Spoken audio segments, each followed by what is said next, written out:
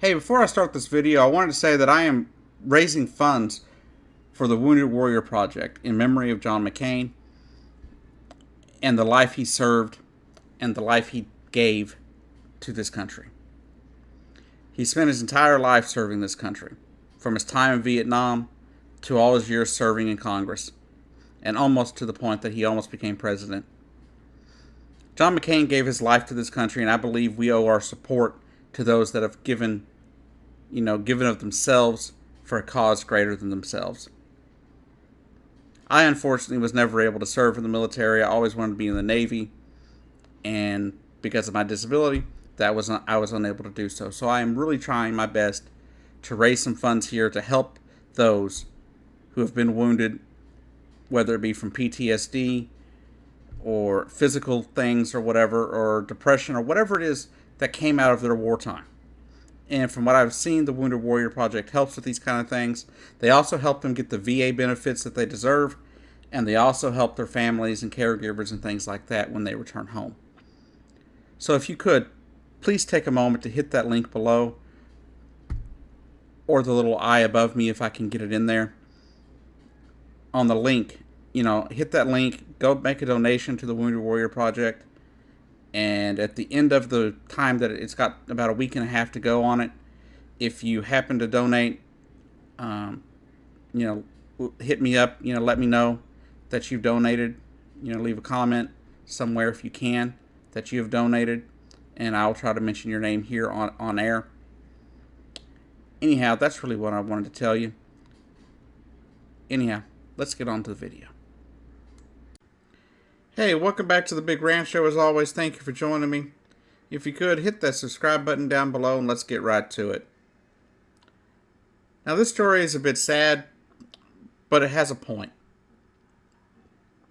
Now, I came across an article yesterday on Yahoo about a news journalist, news commentator, whatever, from Sioux Falls, South Dakota, who for the last 10 years has been doing pieces on addiction, the opioid crisis, and trying to, get through the stigma and try and help people get off of these drugs and find a way for people to have the help they need. Back on May 16th, she was working on a story for a local story on addiction and the opioid crisis. On the same day,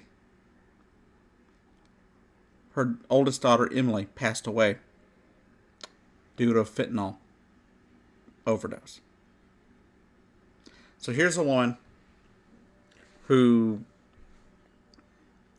was fighting, trying to find a way to, stop people from having this addiction problem. And she lost her own daughter to the opioid crisis.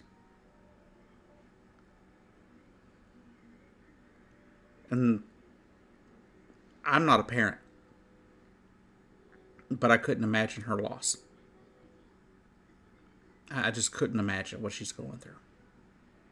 She and her husband, and her other kids.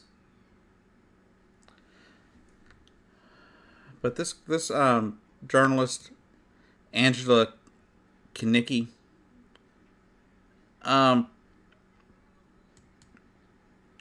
she has started a fund called Emily Fund or something like that over her daughter.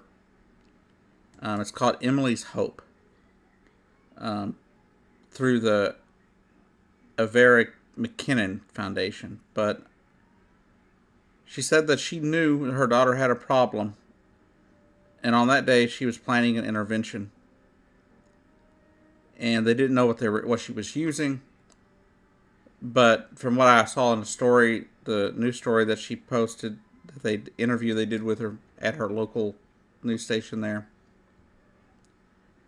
she come across, found a person to help them with the intervention, and she met with this person the Saturday before her daughter died and had planned the intervention for the following Saturday. Her daughter died in the middle of that week.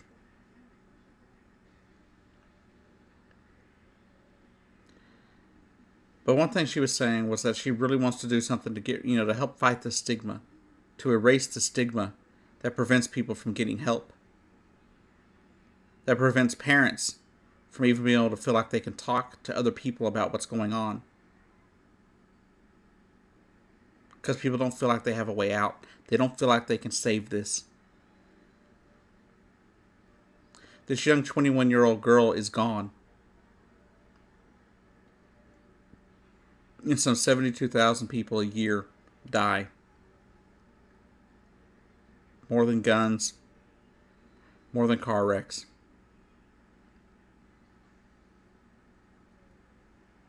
And more than many forms of cancer, which we fight every day. We've got to do something. Something has got to change. And I believe this lady, Angela Kennecke, has a way to do that. Her daughter is gone, but all she can do is sit here and try to help other people, not have to go through the same pain. And all I can say is to this lady is, I'm sorry for your loss. I am so sorry for your loss. I wish there was more that, I could do, but what I'm going to do is make a video on it. That's what I thought when I first saw this article. There was nothing I can do to help this lady. There's nothing I can do to bring back her daughter. But I can at least make a video on the subject. So here I am, making a video.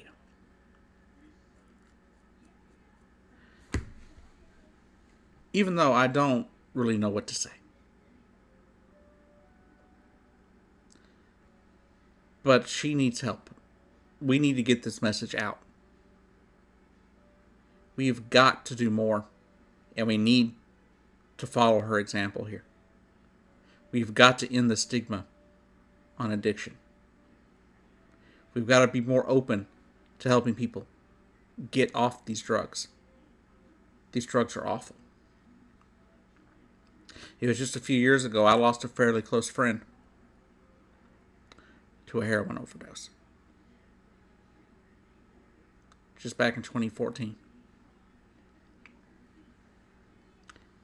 This was somebody who was helping me out a lot, giving me a lot of advice, and trying to help me with my political aspirations that I had at the time.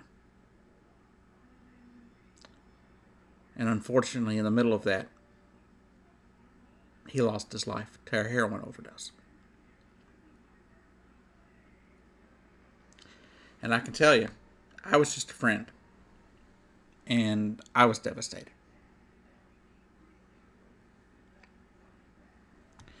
So you can say what you want. You can sit there and try and act like, oh, if someone gets on drugs, it's just because they're a bad person, that they made bad choices.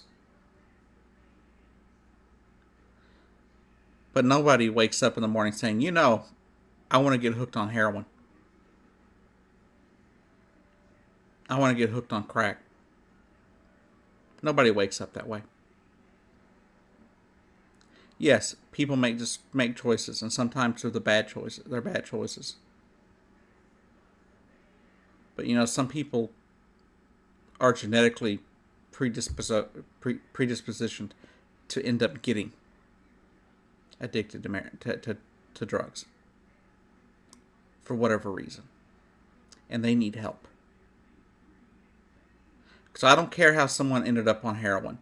I don't care how someone ended up on crack or any other opioid. I don't care if it was from a pill given to them by their doctor, or if they just went out one day at a party and tried it. Yes, was it a bad choice to try it? Yes. Do they deserve to die for it and be labeled a druggie for the rest, for whatever the life they have? No. We've got to wipe out these stigmas of drug use and drug addiction, or we're never going to get to the bottom of this opioid crisis. So every day I sit here thinking about, these are the kind of things I think about on a daily basis. because I'm tired of seeing it. I'm tired of seeing people, dying of heroin overdoses, fentanyl overdoses, as in this girl's case, but opioids in general. I've lost people that I care about to these drugs, especially the one I mentioned before. And I couldn't imagine what this woman's going through. I'm so sick and tired of having to see these stories. So, please share this video. I'm going to give a link to her original, to her Twitter video down below. And Ellen, if you're out there, if you ever happen to come across this video or someone happens to tweet it, and please, people, tweet at least her link to Ellen. Ellen, I think you could help. I think you could really help in getting this message out on trying to help fight this addiction problem, the opioid crisis, and help this woman tell her story, tell her daughter's story, so we can save somebody else. You had Beto O'Rourke on the other day because of something good he said. So, Ellen, please have this woman on your show. Please let her get her story out. I believe you're one of the few voices out there that could help. I don't, because people listen to you. People watch your show. You have influence. You especially have influence over some of the younger people that most people my age or even your age don't have. You have more sway over some of these people than I ever would. So if you could, tweet either this video or Miss Kennecke's Twitter video that I will link you to down below. Please tweet it at her. Let's get this on her radar. Maybe she can get this lady on her show. Anyhow, this has been the Big Ranch Show. I've been your host, Jacob Keck, and I'll see you down the road.